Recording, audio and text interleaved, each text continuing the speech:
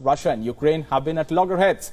On Friday, even before the UN Security Council could start its proceedings to discuss peace and security in Ukraine, a dramatic showdown happened. When Ukrainian Foreign Minister Dmytro Kuleba called for a moment of silence to honor the victims of the aggression and the members rose from their seats, Russian Ambassador Vasily Nebenzia interjected. Take a look at how it all played out. Любая жизнь бесценна. Поэтому мы встаем в память о всех этих людях.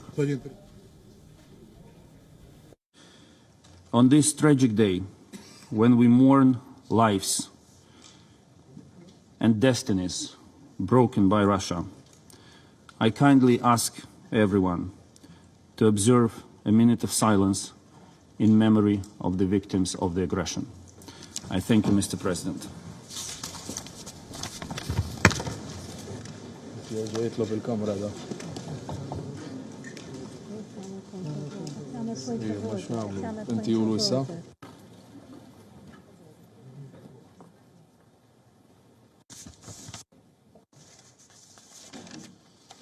The representative of the Russian Federation has asked for the floor to make a statement.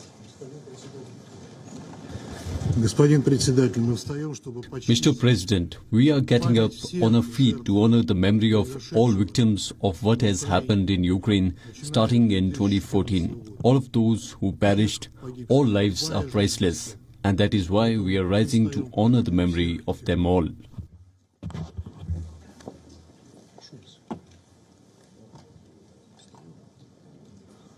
I thank the representative for this.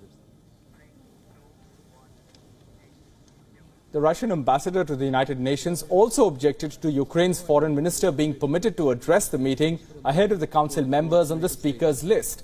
The objection was made to Malta's foreign minister, as Malta currently holds the presidency of the council. Once again,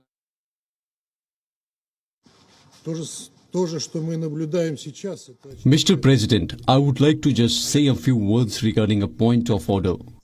We would like to ask you to please clarify what is the basis you are proposing to give the floor to the Minister of Foreign Affairs of Ukraine and to give them the floor before the members of the Council speak. We have nothing against his statement, but the Council has its rules, which were established long before Malta became President of the UN Security Council.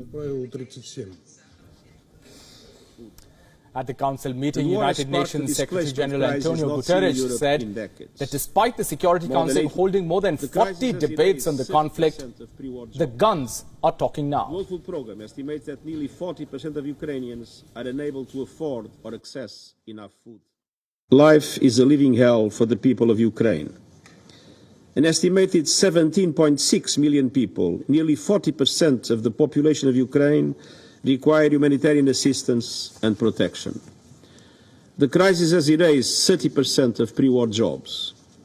The World Food Programme estimates that nearly 40% of Ukrainians are unable to afford or access enough food.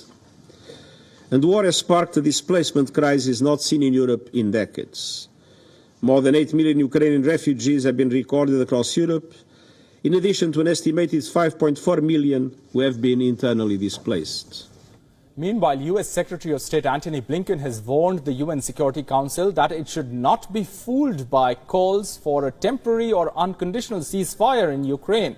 Blinken's warning came just hours after China called for a comprehensive ceasefire as part of a 12-point plan on the war. Council members should not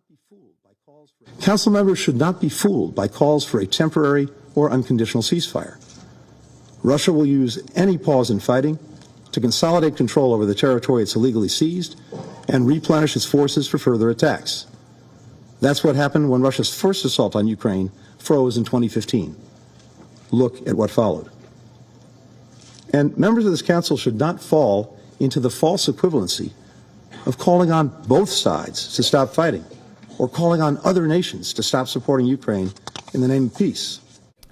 Earlier on Thursday, the United Nations General Assembly passed a non-binding resolution condemning the Russian invasion. 141 countries voiced support for the resolution, while 7 opposed it and 32 abstained. The result of the vote is as follows. in favor. And after the UN Security Council meeting, WION's correspondent Susan Tehrani asked Spain's foreign minister on his expectations from India, which has assumed presidency of G20 this year. My name is Susan Tehrani from WION. You'll be traveling to New Delhi to take part in the G20 Foreign Ministers Summit.